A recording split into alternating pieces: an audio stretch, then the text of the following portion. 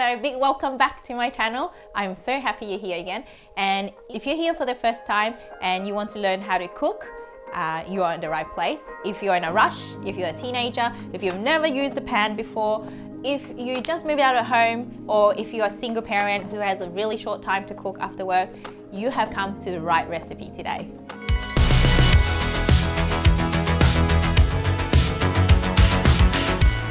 So let me talk about the dish that we're going to do today. Today, I'm going to give you the instructions on how to cook a very simple dish, but I'm going to give you the skills to go to the grocery store and be confident that this is the one ingredient you need, which is the beef skirt.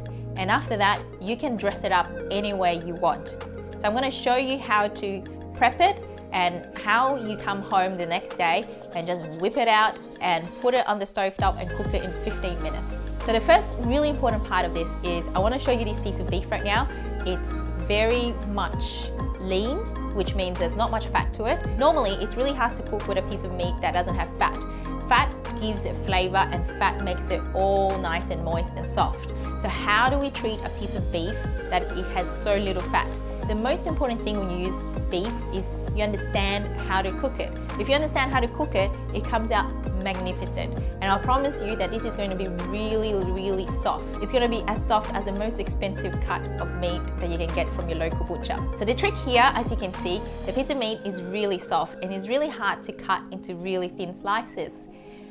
This I've learned from my mum, and I didn't understand it until I tried to do this dish at home, and for some reason my pieces of meat were always thicker. So I actually watched her once and then I realized she put the piece of beef in the freezer. So if you're gonna do this, I recommend that when you go buy the piece of meat at the shops, when you come home, the first thing you're gonna do is dunk this in the freezer. If it's not wrapped, I'll show you right now how to wrap it. So you put the piece of meat in a piece of cling wrap and you hold the sides and you just roll it forward like a rolling pin. And because this cling wrap is quite sticky, it's going to roll automatically on the bench top. Once you do that, you tuck the sides in. You can rubber band it or you can just rest it on a tray and you dunk it in the freezer. Doing this is going to change the texture of your meat. It's not going to be all slippery and slimy when you cut it. When you go to try and cut it, it's going to feel a little bit hard, a little bit like, you know, the ice balls you have during summer. It's kind of like icy, but it's not rock hard. So you can cut it and it will feel a little bit like butter. Your knife will just go through it and you're going to get really thin pieces. Let me show you. As you can see now, this piece of beef looks really hard now. And if you can see in the camera, the lines across are the fibers. And imagine these are pieces of meat, little muscles stuck together. So if I cut it the other way, I'm cutting against the grain. This means that there is less chewing for you to do when you go and bite into this meat. So all these little lines here are the pieces that are gonna break apart really easily. So by cutting against the grain, you're making your meat really tender. So that's what we're going to do right now. And as you can see now that it's semi-frozen, it cuts so thinly. You can go as thin as you want. If you have a really fussy eater at home, you can go really paper thin and it will melt in your mouth when you cook it. But because I want to do it as skewers today, I'm going to do it slightly thicker and I'm going to show you how to thread it through a skewer in just a sec. If you're a mum like me and you hate cleaning, or if you just hate cleaning in general, a really cool trick, and I think you've seen this already, if not, here we go. You put all your marinades in this Ziploc bag. Now let's get the ingredients ready. For the lemongrass, what you want to do is beat it up, okay? I'm going to show you, because when you beat the fibers, all the juices start to come out of it. If you don't beat it up and you just slice it and put it into the bag, it'll be really hard for the flavor to come out of the lemongrass. Next, with the garlic, you want to crush it, so again the juices come out. Because we're leaving this overnight, you don't really have to chop it, but if you're in a rush and you're going to cook this in the next half an hour, I would recommend using either a garlic press, or you can chop it up, or you can use a grater. So now that we have the garlic and the lemongrass ready, we're going to put all the lemongrass in, the 2-3 cloves of garlic. It doesn't really matter. Remember, this is just going to give flavor to your meat. So the most important part that you have to follow so far is get the meat cut right. Everything else, you can eyeball it. And most Asian families, if you go to their houses, they don't even have measuring spoons. So now we're going to put 2-3 tablespoons of oyster sauce. And then you're gonna add in a little bit of grapeseed oil. I know most Asian people use vegetable oil because it's a lot cheaper, but if you can afford it, grapeseed oil is a lot healthier for you. It's one of the top 3 oils that are recommended for your health. In Asian cuisine, the saltiness is always balanced by the sweetness. They use a lot of sugar. Today we're going to substitute the sugar with a little bit of honey. So now we put the sesame seeds in. We don't have to toast it because we're going to cook the meat. The heat from cooking the meat will toast the sesame seeds and the flavor will come out. Now that we have the meat in the bag, we're going to zip lock it and we're going to leave a tiny little hole, and we're going to scrape it this way, pushing out all the air, and then we're going to fully zip it up. This way we have the meat inside with very little air, and we can push the meat like so. And the marinade will be absorbed in the meat better as we push it in with our fingers. I love this method because my hands are clean now and I'm not touching meat, which is fantastic. Now you put this in a bowl and dunk it in the fridge. If you're in a rush, you can cook it straight away now. Otherwise, I would recommend doing this earlier the night before because the flavor goes through a lot better. So here's one that I prepared earlier that's been sitting in my fridge for a couple of hours. As you can see, the color of the beef has changed a little bit. It's a little bit darker. Now we're gonna choose what we're going to do. So I'm gonna show you. You can skewer it like this.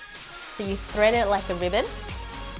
The idea here is if you see any floppy bits of meat, just stick it back into the skewer. You don't have to do it perfectly because once it's cooked, it's gonna look just fine. If you're using skewers, I recommend soaking the skewers in water overnight. It will prevent it from going brown and catching fire if you're using a barbecue. So we're gonna put it on the grill now. You can hear a sizzle. That's good. If you put your meat on and you don't hear anything, just wait another couple minutes and then put it back on. You have to make sure you hear that sizzle. That sizzle is the outside of the meat caramelizing and giving you that really nice beefy cooked flavor. Then we're gonna pop it on a tray all together and we're gonna finish off in the oven. This way, it's instead of cooking batch by batch and one going cold after another, you're finishing them off all at the same time. And because the oven doesn't have that strong heat, it's going to cook it a lot slower and it's gonna be a lot juicier and so delicious when it comes out. So the second way I'm going to show you how to do this is a simple stir fry. This is my favorite way when I'm home alone and there's no one. So we're going to heat up the pan. Remember, just always wait until it heats up. So now that the oil is ready, I'm going to go ahead and put all the meat in. I hope you can hear this lovely sizzle. This is flavor screaming right at you. And I wish you could smell this. It smells so good. I love sesame smell and I love that beefy, steaky flavor coming out right now. Make sure you have everything ready when you stir fry. It's really essential that everything's prepped because you can burn things really quickly. And once it's fried, you want to serve it straight away. This is not like steak where you have to rest it. This is a type of meat that you want to eat really hot. So here's a plate of tomatoes and lettuce that I prepared earlier. We're just gonna pop it on top. So we have a little bit of freshness to our dish, and we're gonna serve this with rice. Honestly, at home, I just put everything in one bowl and sit on the couch. So here we have Vietnamese basil. This is my favorite. It tastes like Italian basil, but it has this very different fragrance. If you have a local Asian store, I recommend that you pop by and try these. This lovely purple one is very mild. It's called Perilla. It's one of my favorites because it just makes the dish look really pretty.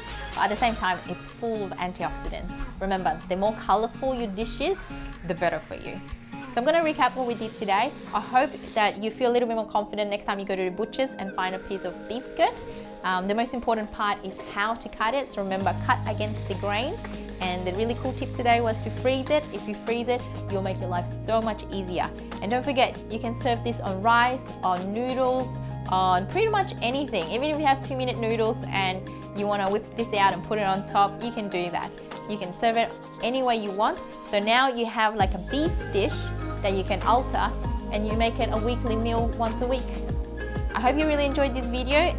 Please give me feedback. I'm going to try my best and show you how to make dishes that I found useful as a busy mum. Let me know what kind of dishes you want to hear about. Let me know if you've tried this dish. I would love to hear from you.